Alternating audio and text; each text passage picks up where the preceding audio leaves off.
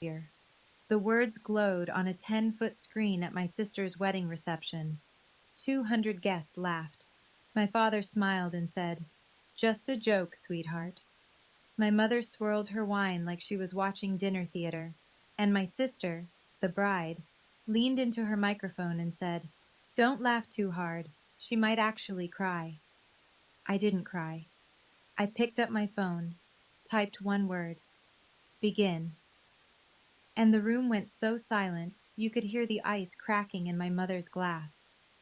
What happened next didn't just ruin the party, it dismantled 16 years of lies, and the family reputation built on top of them. Before I go on, please take a moment to like and subscribe, but only if you genuinely connect with this story. And drop a comment.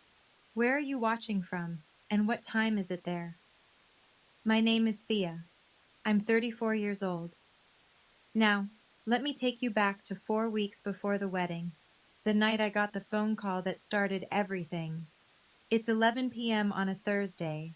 I'm at my desk in Richmond, finishing elevation drawings for a historic courthouse renovation.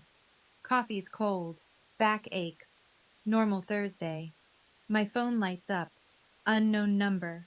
Virginia area code, but not Richmond. Somewhere smaller. Somewhere I used to know. I answer. "Ms. Linden?" A woman's voice. Careful. Professional. "My name is Dolores Vargas. I'm a nurse at Shenandoah Hills Care Center. Your grandmother asked me to call you." My hand tightens around the phone. Grandma Ruth, 84 years old, the only person in my family who ever made me feel like I belonged in it. "She's scheduled for hip replacement surgery in 3 weeks," Dee says. "Her health is stable, but at her age, there are risks. She's been asking for you." I close my eyes. 2 years since I last saw her. I'd snuck into the facility on a Tuesday afternoon when I knew my father wouldn't be there. We sat together for 40 minutes. She held my hand and told me about her garden. Then a staff member mentioned my visit to my father's office, and Harold Linden made sure the front desk had instructions. "Thea is not on the approved visitor list." "There's something else," Dee says. Her voice drops. "Your father told Ruth that you can visit, but only if you attend your sister's wedding first. It's in 3 weeks." Of course, everything with Harold comes with conditions. "And Miss Linden, your grandmother wanted me to tell you one more thing." A pause. "She said they're planning something at the reception, something about you. She wanted you to be ready." I look up from my phone. On the wall across from my desk hangs a framed certificate. Virginia Emerging Architect of the Year. 5 years of silence. And the first voice I hear from that town isn't my mother's. It's a nurse's. To tell you what happened next, I need to go back further. 16 years further. I'm 18, senior year, sitting at the kitchen table in my parents' house in Millbrook, Virginia, a town where everybody knows your last name and what your father's were. Harold Linden slides a document across the table, a land transfer form. The property is a 2-acre parcel on the edge of town, rolling grass, a creek, one old oak tree. My grandmother Ruth gave it to me on my 16th birthday, signed it over legally, said, "This is yours, Thea, no matter what." "Sign it," my father says. "I need this parcel for the Oakdale project." "Grandma gave it to me, and I'm telling you to give it back." I look at my mother. Vivian Linden sits at the end of the table, flipping through a home decor magazine. She doesn't look up, doesn't say a word. The sound of pages turning fills the silence. I don't sign. 3 days later, my father cancels my college tuition fund. The account he'd been setting aside since I was born, gone. Redirected. I find out when the registrar's office sends a letter. 1 week after that, Harold stands in the foyer with his arms crossed. You walk out that door, you don't come back. My little sister Paige, 11 years old, watches from the top of the stairs. She doesn't say anything either. She just watches. I leave with one duffel bag and $43 in my checking account. That night, Harold tells the neighbors. She dropped out, ran off with some boy, broke her mother's heart. None of it was true. But in Millbrook, my father's word was the only one that mattered. Here's what happened after the door closed behind me. I slept in my car for 2 weeks, worked the counter at a gas station outside Charlottesville, got my GED at 19 while waitressing double shifts at a diner that smelled like bacon grease and bleach, applied to community college, transferred to Virginia Commonwealth University on a need-based scholarship, studied architecture because I liked the idea of building things that lasted, things that couldn't be taken away with a signature. I graduated at 23. Nobody came to the ceremony. I wore my cap and gown, walked across the stage, and shook the dean's hand. Then I went home to my studio apartment and ate takeout on the floor. At 24, I married Drew Halpern, a man I'd met through Harold's old business network before I was cast out. He was 12 years older, charming in public, suffocating in private. He managed my bank account, screened my phone calls, and told me which friends I was allowed to keep. A smaller, quieter version of my father. I got out at 27. At 28, a doctor told me I couldn't have children. A medical fact. I processed it alone, in a clinic waiting room with fluorescent lights and a 2-year-old magazine. Somehow, Paige found out. Drew had stayed in touch with my family after the divorce. He'd always liked having leverage. Now I'm 34, senior architect at Mercer and Hollis in Richmond. I design restorations of historic buildings, courthouses, libraries, theaters. My professional name is T. Mercer Linden. I kept Drew's name hyphenated because the architecture world already knew it. I didn't hide my life from my family to be dramatic. I just stopped performing for people who'd already decided I was nothing. Nobody in Millbrook knows any of this. The morning after Dee's call, I sit in my office with the door closed. Through the glass wall, I can see my colleague Marcus Cole at his desk, headphones on, running cable management simulations for a museum project. Marcus is 36, ex-Army IT, and the most unflappable person I've ever met. He's also the closest thing I have to family. I call Dee back. How bad is the surgery risk? At 84, with her bone density, the surgeon said there's a real chance of complications. She's strong, but she's not young. Dee pauses. She cries your name some nights. She keeps your letters under her pillow. I press my knuckles against my forehead. My grandmother, hiding my letters under her pillow like contraband. Because in that family, loving me is something you have to do in secret. I have 2 options. Go to the wedding, endure whatever Paige and my parents have planned, see Grandma Ruth, or stay in Richmond, stay safe, and maybe never see her again. I knock on Marcus's glass wall. He pulls off his headphones.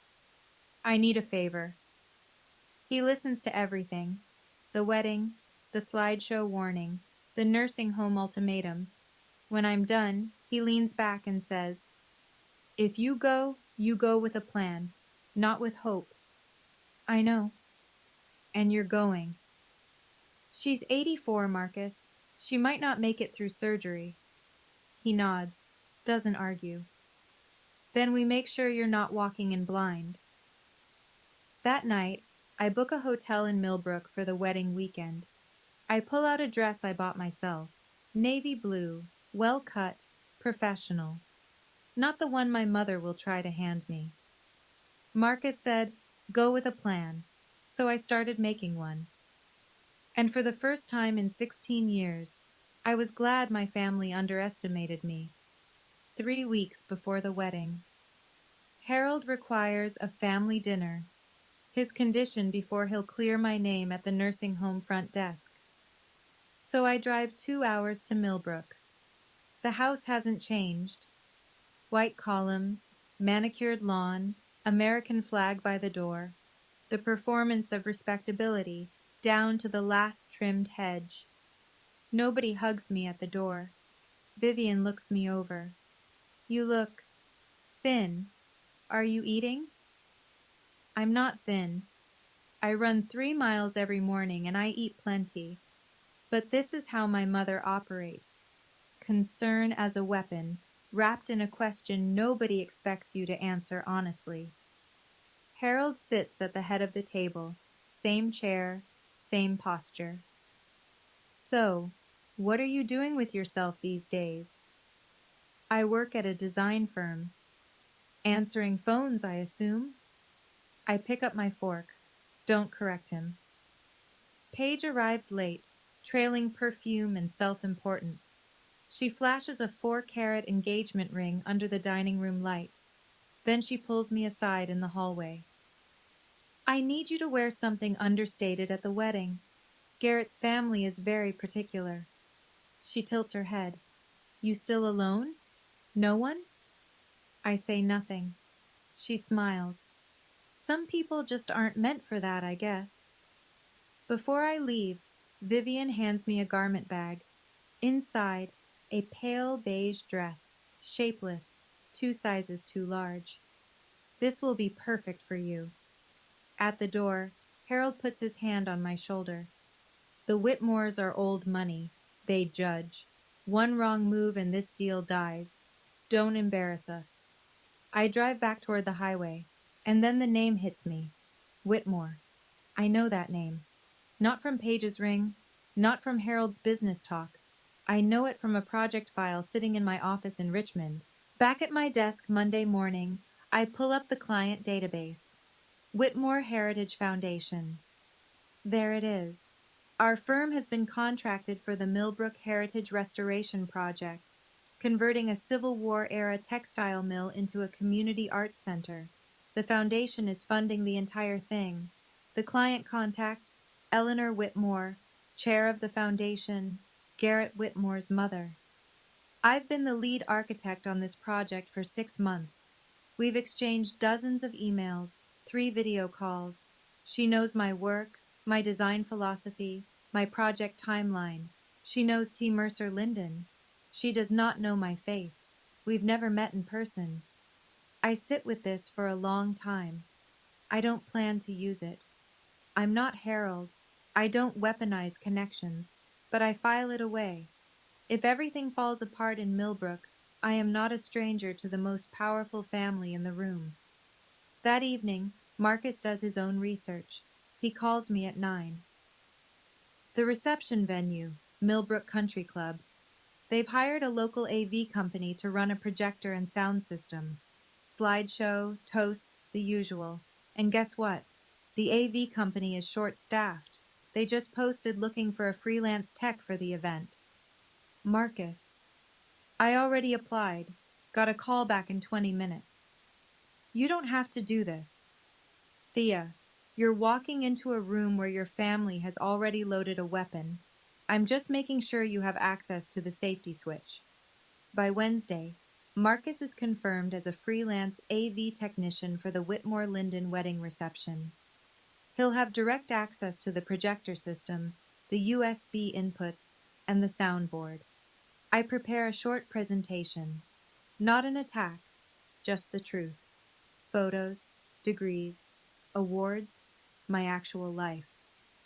Title slide, The Real Thea Linden. I save it to a USB drive and hand it to Marcus on Thursday. You're not going to war, Thea, he says. You're going to a wedding. But if they fire the first shot, you'll be ready to fire the last. 1 week before the wedding. Harold clears my name at the front desk.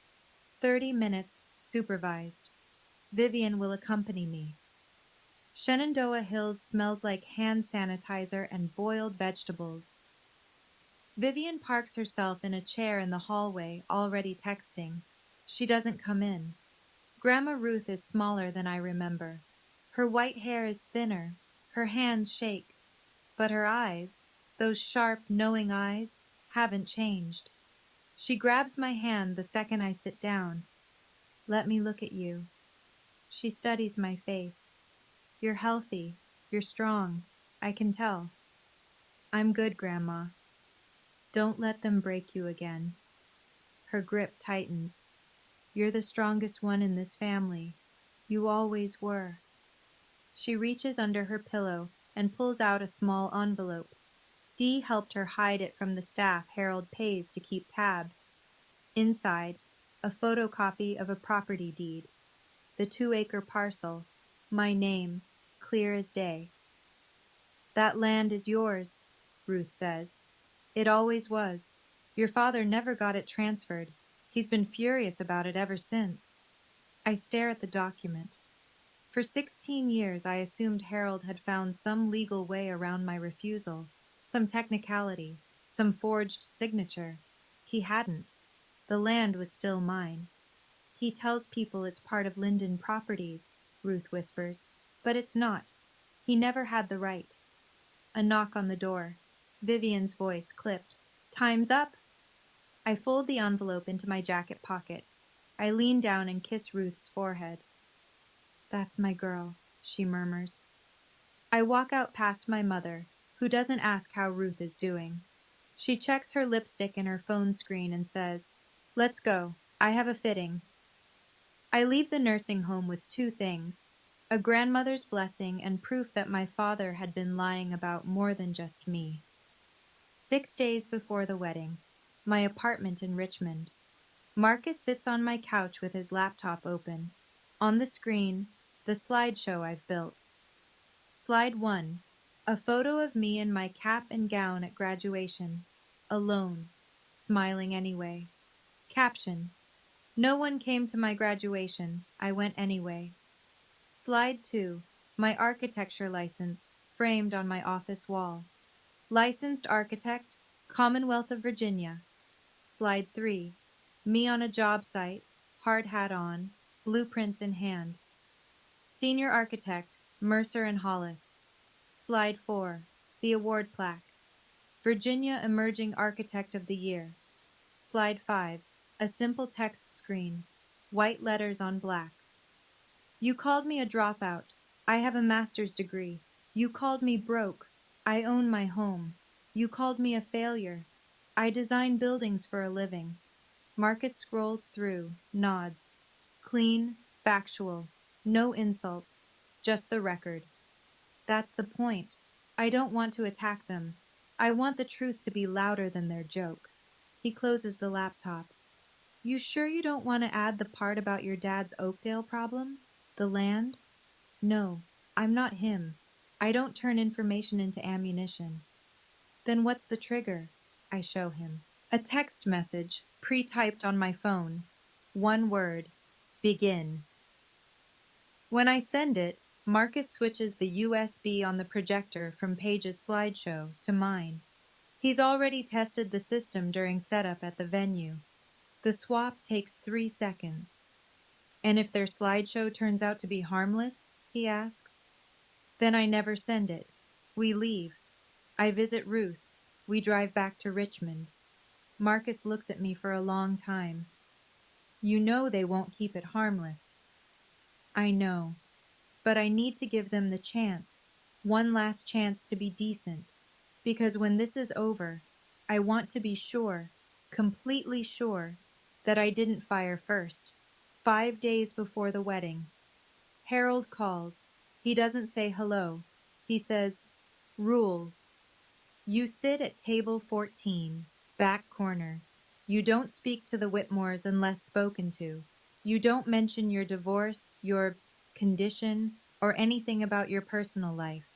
If anyone asks what you do, you say you work reception at a small firm. Clear? And after the wedding, I can see Grandma Ruth? We'll see. Depends on your behavior. The line goes dead. That evening, my phone buzzes. Paige has added me to a group chat. Vivian, Harold, Paige, and now me. The first message is a preview of the slideshow. I watch the images load. The Linden family. And then there's Thea. Old photos of me, stretched and filtered to look unflattering. Cartoon stickers slapped across them. And then the labels, one per slide, bold and centered. High school dropout, divorced, broke, alone, infertile. Page types beneath the preview. OMG, this is going to be hilarious. Don't worry, Thea, it's all in good fun. Vivian responds, keep it tasteful, Paige. She doesn't say take it down. She doesn't say this is wrong. She says keep it tasteful. As if there's a tasteful way to broadcast your daughter's medical history to 200 strangers. Harold doesn't respond at all. I screenshot every message, send them to Marcus without comment. Then I open my laptop. My own presentation is still up. 5 clean, factual slides. I add one more, a sixth. A quote, white text on black. The measure of a family is not how they celebrate their best. It's how they treat their most vulnerable. I stare at the word infertile on my phone screen for a long time. Then I close the group chat. I don't respond. There's nothing left to say to people who think your body is a punchline. The wedding day arrives under a clear October sky. Millbrook Community Church. White clapboard, steeple catching the morning sun. The parking lot is full of BMWs and Land Rovers. This is the social event of the season. I wear my navy dress, not the beige sack my mother picked out. I'd left it hanging in the hotel closet without a second thought. Inside the church, 200 guests fill the pews. Millbrook's business community, country club members, town council acquaintances, and in the front row, the Whitmores. Eleanor in a deep green jacket, silver hair pinned back, posture like a former dancer. Her husband, Richard, beside her, distinguished, reserved. I sit in the last pew. No one greets me. No one offers to scoot over. Harold works the center aisle like a campaign trail. Handshakes, shoulder claps. So proud of my little girl. He doesn't mean me. Vivian floats near the altar in a custom ivory dress, murmuring to a friend. Both my daughters are here today, even the difficult one. She laughs lightly. The friend glances toward the back. I pretend not to notice. An older woman I don't recognize sits 2 rows ahead of me. White hair, floral dress, reading glasses on a chain. She looks at me once, then back toward the altar. I don't think anything of it. The ceremony begins. Garrett stands at the altar looking genuinely happy. He speaks his vows with a tremor in his voice. Paige speaks hers louder, longer, mostly about herself. Across the church I spot Marcus near the side entrance, wearing a black polo with the AV company's logo. He adjusts a microphone cable on the altar. Our eyes meet for half a second. He gives the smallest nod. My father shakes hands like a politician. My mother smiles like a hostess. And I sit in the last row like a ghost they'd invited on purpose. The reception is at Millbrook Country Club. Crystal chandeliers, round tables draped in white linen, a 10 by 6 foot projection screen behind the head table, the smell of gardenias and money. Table 14 is where I'm seated, back corner, next to the kitchen door. Every time a server pushes through, a blast of clattering dishes and shouted orders hits my back. My table mates are distant cousins who've clearly been told nothing about me, and an elderly couple who spend the entire appetizer course discussing their recent cruise. A woman across the table leans in. "And what do you do, dear?" "I'm an architect." "Oh, how nice." She turns to the man beside her and starts talking about kitchen renovations. On stage, Paige takes the microphone for the first toast. She thanks her parents. She thanks the Whitmores. She thanks her college friends, her wedding planner, her florist. Then she looks toward the back of the room, toward me. "And my sister Thea, well, who managed to show up today." A pause. "That's something, right?" Scattered laughter. The polite kind. The kind where people aren't sure if they're supposed to laugh, so they do anyway. Harold clinks glasses at the head table with Richard Whitmore. They're leaning close, talking numbers. Eleanor sits beside them, polite but measured. She hasn't committed to anything yet. I can tell by the way she holds her wine glass, close, untouched, like a prop. My mother appears at my elbow. Her perfume arrives before she does. "Don't drink too much," she whispers. "Don't talk about yourself. And for God's sake, smile." I smile. Not because she told me to, because in 20 minutes the slideshow is scheduled to play, and I know exactly what's on it. Right now, I'm sitting at table 14 with a plate of food I can't eat and a family that wishes I'd stayed invisible. But I want to ask you something specific. Have you ever been seated at the back, literally or figuratively, by people who were supposed to love you? Not the kind of exclusion you question, the kind you're told is normal. Tell me in the comments. Because what happens next at this reception, with that screen and those 200 guests, is the reason I'm telling you this story today. Stay with me. The lights dim. Paige's maid of honor takes the microphone with a grin that tells me she's been rehearsing this all week. And now, a special presentation from the Linden family. The screen flickers to life. Soft piano music plays through the speakers. Baby photos of Paige, gap-toothed smile, ballet recitals, prom. Paige and Harold fishing on a lake. Paige blowing out birthday candles. The Lindens on vacation. Vivian in a sun hat. Harold with his arm around Paige, the ocean behind them. I'm not in a single photo. The room coos. "Ah!" Eleanor Whitmore smiles politely. Richard pats his son's shoulder. Then come the couple photos. Paige and Garrett at a vineyard, at a football game, at Christmas dinner with the Whitmores. Each one earns a round of soft applause. The music shifts, playful. A drum roll sound effect. The screen reads, "And now, let's meet the rest of the family." Paige grins from the head table. She catches my eye across the room and wiggles her fingers in a little wave. Vivian leans back in her chair with the satisfied look of someone who's been waiting for the main course. My stomach drops, not from fear, from certainty, because I know what comes next. Under the table, my phone is already in my hand. The message to Marcus is typed and ready. One word: begin. My thumb hovers over the send button. I make myself a promise.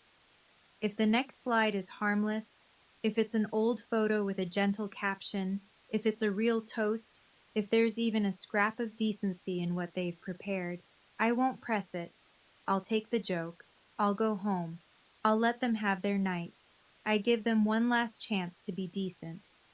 The screen changes. My face fills the frame. An old photo from high school, grainy, unflattering. Across the bottom, bold white letters, high school dropout checkmark. Nervous laughter ripples through the room. A few people glance at me. I keep my face still. Next slide. A cracked heart emoji beside my name. Divorced. The laughter grows. Louder now. The kind that feeds on itself. Next. An animated cartoon of an empty wallet flapping open. Broke. Someone at table 6 snorts into their champagne. Next, a photo of a single place setting. One chair, one plate. Alone. Paige is laughing from the head table. Vivian sips her wine, watching the room like she's scoring the performance. Then the final slide loads. A clip art baby with a red X stamped across it. Infertile. The word fills the 10-foot screen. For a moment, the room goes quiet. The shocked kind. The kind where people realize they've been laughing at something they shouldn't have. Then a few more laughs break through. Uncomfortable, herd following. Paige leans into the microphone. Don't laugh too hard. She might actually cry. Vivian swirls her wine, half smile, eyes on me. Harold catches my gaze from the head table. Just a joke, sweetheart. Lighten up. Eleanor Whitmore is not laughing. I see it clearly from across the room. She sets her glass down on the table with a quiet click. Her jaw tightens. She looks at Harold, then at the screen, then at me. I feel the blood rush into my face. My hands shake. My vision narrows to one word on that screen: infertile. My medical history. My private grief. Projected for 200 strangers to laugh at. That was the line. And they didn't just cross it. They broadcast it in 10-foot letters. I look around the room. 200 faces. Some laughing. Some looking away. Some pretending to check their phones because they don't know where to put their eyes. Paige is beaming. This is her favorite part of her own wedding. Not the vows, not the first dance, but this. Watching me sit in the wreckage of my own humiliation. Vivian raises her glass slightly, a silent toast to her own cruelty. Harold has already turned back to Richard Whitmore, resuming their conversation as if nothing happened. As if putting infertile on a screen for 200 people is the social equivalent of a knock-knock joke. I look down at my phone. The message is still there. One word. Begin. I think about Ruth, about her hands shaking when she gave me that envelope, about the way she said, "Don't let them break you again." I'm not breaking. My thumb presses send. 3 seconds pass. The slideshow freezes. The screen goes black. Paige frowns. Tech issues? She waves toward the back of the room. Can someone fix that? Behind the AV booth, Marcus pulls Paige's USB from the projector and inserts mine. His hands are steady. He's done harder things under worse pressure. The screen lights up again. White text on a dark background. Clean. Simple. The real Thea Linden. The room goes silent. Not the polite kind.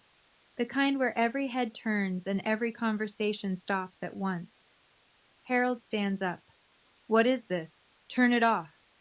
He looks toward the AV booth. Marcus doesn't move. The system remote has been locked. The only way to kill it is to pull the power cable in the utility closet. And Marcus locked that door 20 minutes ago. For the first time in 16 years, my father can't silence me. The first slide fills the screen. A photo of me at graduation, cap and gown, standing alone in front of the university seal, diploma in hand. The caption reads, "No one came to my graduation. I went anyway." Murmurs. A woman at table 3 puts her hand over her mouth. Next slide. My architecture license, framed and mounted. Licensed architect, Commonwealth of Virginia. The murmurs get louder. Next. Me on a construction site. Hard hat, steel-toed boots, blueprints rolled under my arm. Behind me, the skeleton of a renovated courthouse. Senior architect, Mercer and Hollis. A man near the front turns in his chair to look at me. Then another. Then a whole table. Next slide. A framed plaque. Virginia Emerging Architect of the Year. Eleanor Whitmore's hand freezes halfway to her glass. The final content slide appears. White text on black. You called me a dropout. I have a master's degree. You called me broke. I own my home. You called me a failure. I design buildings for a living. I stand up from table 14. I don't walk to the stage. I don't grab a microphone. I just stand where I am, in the back corner, next to the kitchen door, and look toward the front of the room. Harold's face is a shade I've never seen, somewhere between fury and fear. This is ridiculous. She probably faked all of this. Paige's smile is gone. Turn it off. This is my wedding. Vivian sits frozen, her wine glass suspended in midair, her face drained of color. The last slide appears. The quote I added 5 days ago. The measure of a family is not how they celebrate their best, it's how they treat their most vulnerable. I don't say a word. I don't need to. The screen is doing all the talking. Harold moves fast. He steps out from behind the head table, both hands raised, smile locked in place. The same smile he uses at town council meetings and Rotary dinners. Folks, I apologize for the interruption. My older daughter has always had a flair for drama. He chuckles. It lands flat. This is clearly a misunderstanding. He walks toward me. The crowd parts slightly, the way people do when they sense a collision coming. His shoes click on the hardwood. When he reaches table 14, he lowers his voice, but not enough. The tables nearby can hear every word. Sit down, right now, or you will never see your grandmother again. I look at him. My father, 62 years old, builder of houses, destroyer of daughters, and I say in the same quiet voice, "You've used Grandma Ruth as a leash my whole life. That ends tonight." His jaw clenches. I will call security. From the head table, a chair scrapes back. Garrett Whitmore stands up. His face is tight. Wait. He looks at Harold, then at me. Let her speak. Paige grabs his arm. Garrett! He pulls free. Something isn't right here, Paige. I want to hear this. The room shifts. I can feel it. The energy tilting. The way a crowd recalibrates when someone unexpected breaks rank.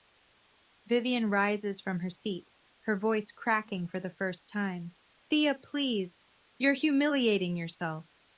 I look at my mother. The woman who flipped magazine pages while my father threw me out. The woman who handed me a shapeless dress and told me to blend into the walls. No, Mother. For the first time, I'm not. At the front table, Eleanor Whitmore hasn't moved, but her eyes have. They're locked on the screen, on the words Mercer and Hollis, and something in her expression changes. I step away from table 14. I don't rush. I don't raise my voice. I walk to the center of the room, between the round tables and the flickering candles, and I stand where everyone can see me. 200 faces, champagne going flat. The piano music has stopped. I didn't drop out. My voice is steady, conversational, like I'm explaining a project timeline at a Monday meeting.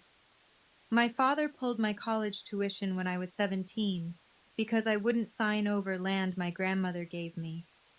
Harold opens his mouth. I keep going. I didn't choose to be alone. I was told to leave and never come back. I was 18 years old with $43 in a duffel bag. Vivian's hand trembles on her wine glass. My divorce? I married a man my family chose. He was controlling. I got out. That's not failure. That's survival. A woman at table 5 pulls her napkin to her face. Her husband puts his arm around her. And infertile? I look directly at Paige. That's a medical condition, not a punchline. And you put it on a screen for 200 people at your own wedding. Paige's lower lip quivers. She opens her mouth, but nothing comes out. I look at Vivian. You helped design those slides, and you gave me a dress meant to make me invisible. I look at Harold. You told me to sit in the back, stay quiet, and not embarrass you. I let the pause stretch. The only embarrassment in this room is what you just did to your own daughter. The silence is total. A server holding a tray of desserts stops in the kitchen doorway, motionless. Then I hear the sound of a chair pushing back. Slow, deliberate. Eleanor Whitmore stands, and she walks straight toward me. Eleanor Whitmore moves through the room like she owns it, and in a way, she does. Half the people here tonight owe her foundation a grant, a favor, or a seat on a board. She stops 3 feet from me. Her eyes move from my face to the screen behind us. where senior architect Mercer and Hollis is still glowing. T. Mercer Linden. She says it like she's confirming something she already suspected. You're the architect on the Millbrook Heritage Project. Yes, ma'am. Eleanor turns, slowly, the way a woman turns when she wants a room to see exactly where she's looking. She faces Harold. Mr. Linden. Her voice is steady and surgical. The woman you just humiliated in front of my family is the architect I hired to restore the most important building in this town. The color drains from Harold's face in real time. I watch it happen, the confident flush replaced by something gray and exposed. I didn't know. You didn't know because you didn't bother to know your own daughter. A ripple runs through the room. Whispered words, heads turning. Someone at table 8 pulls out a phone. Paige jumps up from the head table, voice pitched high. Babe, this is insane. She's making this all up. She reaches for Garrett's hand. He steps back. His hand stays at his side. Vivian tries next. She approaches Eleanor with her hostess smile at full power. Eleanor, please. This is a family matter. Eleanor doesn't break eye contact with Harold. You made it a public matter, Mrs. Linden, when you put it on a 10-foot screen. The room exhales. I can hear it. 200 people breathing out at once, the collective release of held tension, the recalculation happening at every table. Nobody is looking at the bride anymore. Harold tries to recover. He spent 62 years recovering. It's what he does. Builds back the smile, adjusts the handshake, resets the narrative. Eleanor, let's not overreact. He puts on his country club voice. Warm, reasonable, man to man. Except she's not a man, and she's not buying it. It was a silly joke. You know how families are. I know how my family is, Eleanor says. We don't put our children's medical records on a screen for entertainment. She turns to Garrett. Son, I think we need to have a conversation, privately, tonight. Garrett nods. He's been watching Paige since the reveal. His expression isn't anger. It's something worse. It's reevaluation. He looks at his bride and says, You told me Thea was unstable. You said she had issues, that she was jealous of you. Paige's voice cracks. She is jealous. She's a licensed architect with awards, Paige. And you put infertile on a screen at our wedding. Harold steps toward Eleanor, dropping his voice to a register that probably works in boardrooms. Let's talk about the Oakdale partnership. This has nothing to do with... Eleanor raises her hand. One gesture. That's all it takes. The Oakdale partnership? She repeats it as if tasting something spoiled. Harold, after what I just witnessed, there is no Oakdale partnership. Harold's mouth opens. Nothing comes out. His hand, still raised in a half gesture, drops to his side. Vivian breaks. Not gracefully. A sharp, strangled sound that might be a sob. This can't be happening. She says it to no one. She says it to the tablecloth. I stand in the center of the room. I don't smile. I don't nod. I don't celebrate. I just stand. For the first time in my life, standing is enough. Harold just lost the Oakdale deal. Paige just lost control of her own reception. And my mother is crying. Not for me. Never for me. For the image. I'm standing in the middle of this room, and for the first time, no one is telling me to sit down. Now I need to know, if this were your family, would you have pressed begin? Or would you have walked away? Drop a 1 for begin, or a 2 for walk away, in the comments. And stay with me, because what happens after this moment is something I never planned for. Paige is a fast learner. She grew up watching our mother pivot from cruelty to composure in under 5 seconds, and now she deploys the same skill. Her face crumbles, not gradually, All at once, like a switch. Tears spill down her cheeks. She rushes to the center of the room, hands pressed to her chest. This is my day. Her voice breaks perfectly. She always does this. She has always been jealous of me. She turns to the crowd, mascara streaking. I invited her because I wanted her here. The slideshow was supposed to be funny. She's twisting everything. A few guests shift uncomfortably. There it is. That hesitation that predators rely on. The moment where onlookers wonder, maybe the crying woman is the real victim. Paige spins toward Garrett. You're choosing her? On our wedding day? Vivian rushes to Paige's side, wrapping an arm around her. My baby. They're attacking my baby. She looks at Eleanor with wet eyes. Can't you see what's happening? For a second, just a second, I feel the room tilt back toward them. Tears are powerful. A bride crying at her own wedding is powerful. I see doubt flash across a few faces. Then Eleanor speaks. She doesn't raise her voice. She simply takes out her phone, glances at the screen still glowing behind us. Funny? She reads from the slides. Infertile. Failure. Alone. She looks at Paige. Which part was the joke, dear? The doubt evaporates. The room resettles, like a jury that considered a different verdict and decided against it. Paige's tears are still falling, but they've lost their power. She's ruining my wedding! I don't shout. I don't match her volume. I just say, I didn't make the slideshow, Paige. You did. Eleanor isn't finished.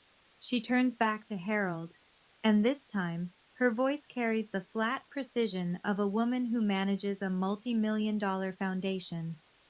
The Oakdale Project.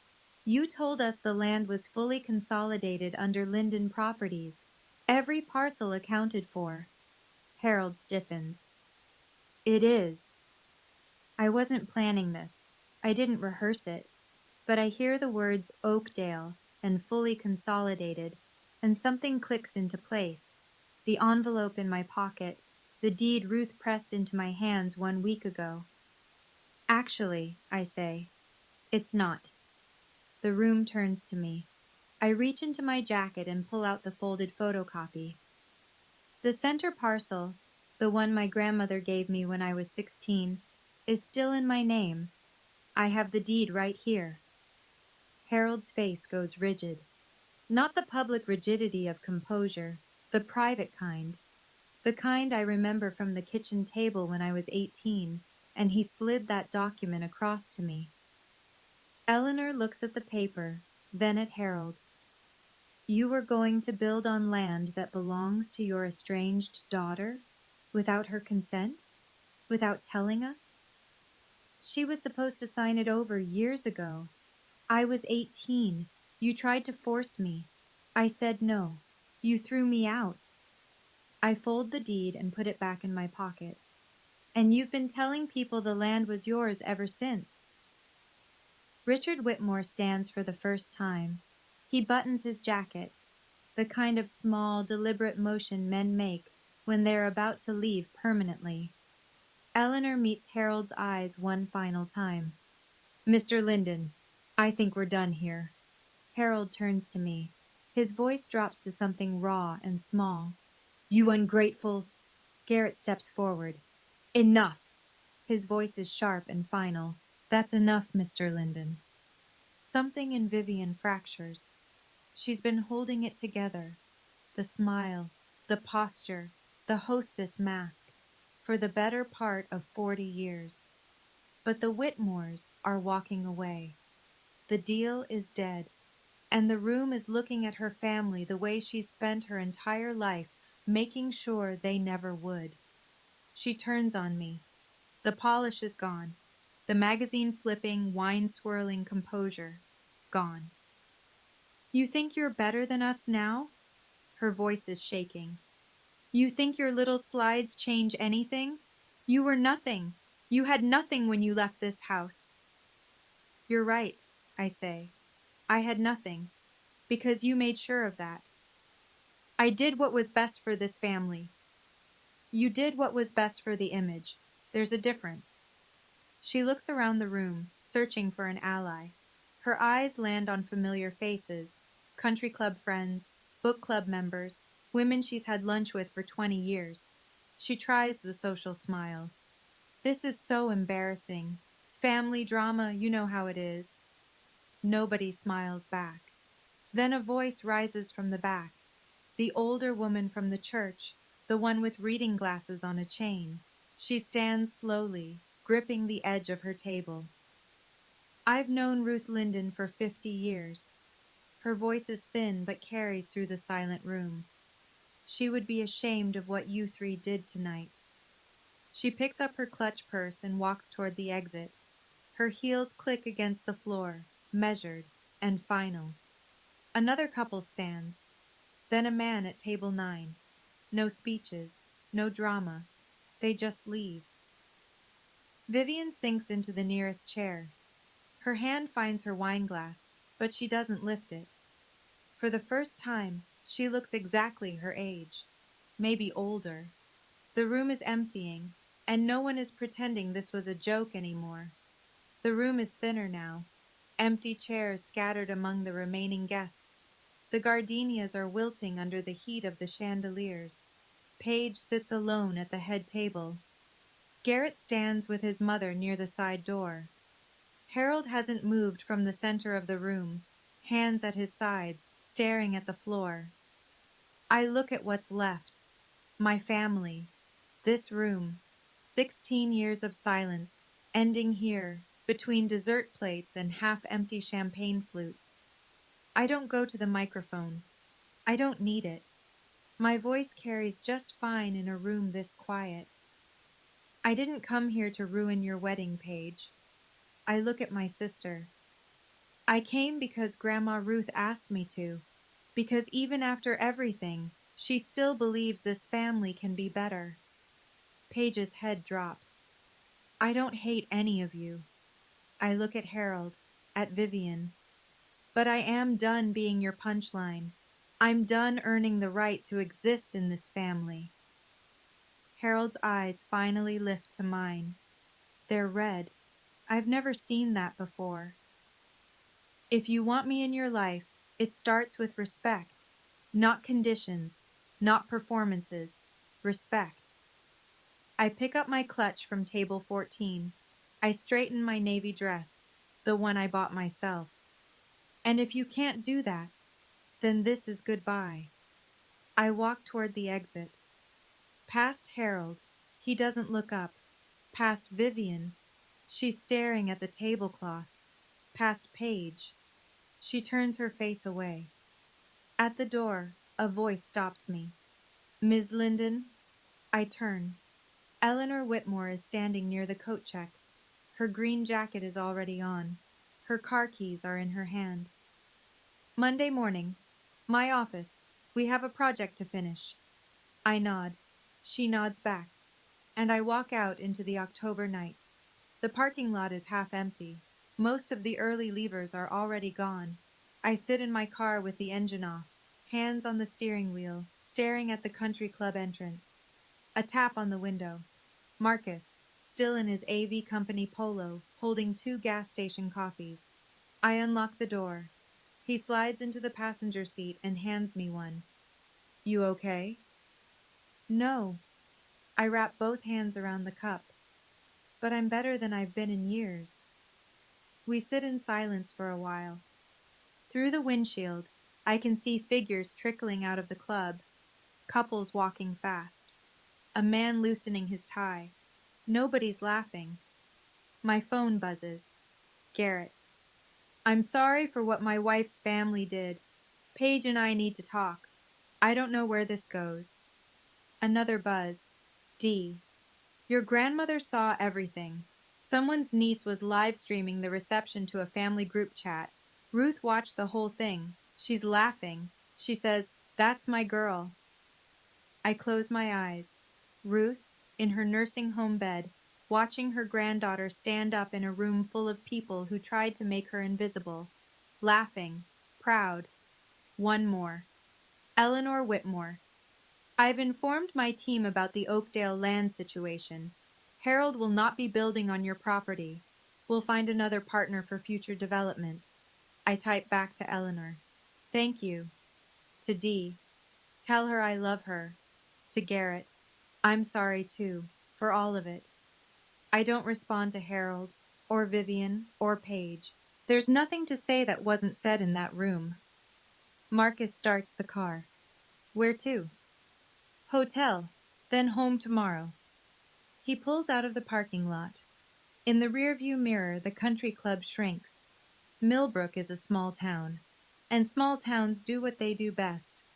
They talk. The week after the wedding, Millbrook rearranges itself. I hear this secondhand, from Dee mostly, and from Marcus, who has a talent for monitoring small-town Facebook groups. Vivian is removed from the Millbrook Autumn Gala Planning Committee. No formal announcement, just a quiet email from Eleanor's assistant. We're restructuring the committee this year. Thank you for your past contributions. Vivian calls 3 board members. None of them pick up. Harold loses 2 minor business partners within the first 10 days. A property developer in Staunton pulls out of a joint venture, citing alignment concerns. A local contractor who'd been loyal for 15 years sends a polite letter about pursuing other opportunities. Linden Properties doesn't collapse. Harold's too entrenched for that.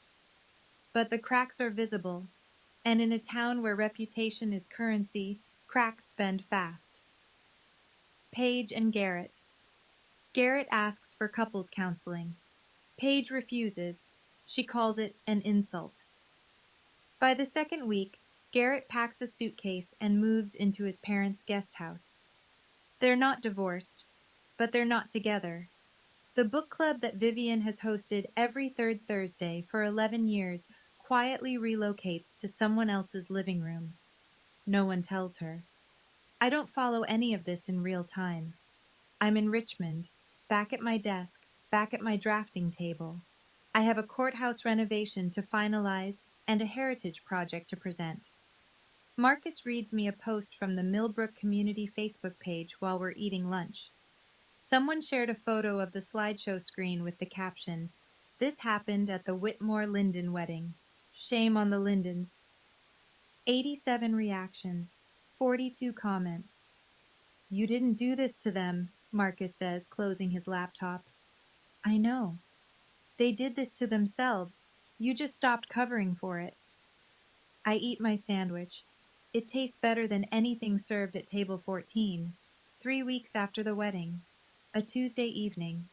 I'm reviewing blueprints for the Millbrook Heritage Project. Eleanor's foundation wants the presentation ready by month's end. My phone rings. Harold. I almost don't answer. Then I pick up. He doesn't start with an apology. He starts with an offer. The land. Name your price. Let's end this like adults. The land isn't for sale. It was Grandma Ruth's gift to me. It stays mine. You're destroying this family over a piece of dirt? You destroyed this family over a piece of dirt 16 years ago, when you chose a parcel over your daughter. Silence. Long. The kind that lives on the phone line like static. I did what I thought was right, he says finally. So did I. And here we are. Another pause. Then his voice changes. Softer. Almost human. Your grandmother is no longer your bargaining chip. I keep my voice level. I've contacted Shenandoah Hills directly. I'm listed as her secondary emergency contact. I can visit whenever I want. You don't get to use her against me anymore. I hear him breathe, in and out, the sound of a man realizing that the last lever he had has been removed. You always were the stubborn one, he says. I learned from the best. I wait for more. An apology. A confession. A crack in the wall he spent 62 years building. Instead, he hangs up. I set the phone down on my desk. My hands aren't shaking. My heart rate is normal. There was a time when a phone call from Harold Linden would have sent me spiraling for days, replaying every word, wondering if I'd been too harsh, too ungrateful, too much. That time is over. I go back to my blueprints. 2 weeks after Harold's call, a Sunday morning. I'm making coffee when my phone lights up with Paige's name. I let it ring 3 times before I answer. Old habit. Bracing. But the voice on the other end doesn't sound like Paige. Not the Paige I know. The one who wiggles her fingers and puts infertile on a screen. This voice is flat, tired, stripped of performance. Garrett moved out. Mom won't stop crying. Dad won't talk to anyone. I sit down at my kitchen table. I don't interrupt. The slideshow was wrong. I know that. She stops, starts again. I don't know why I did it.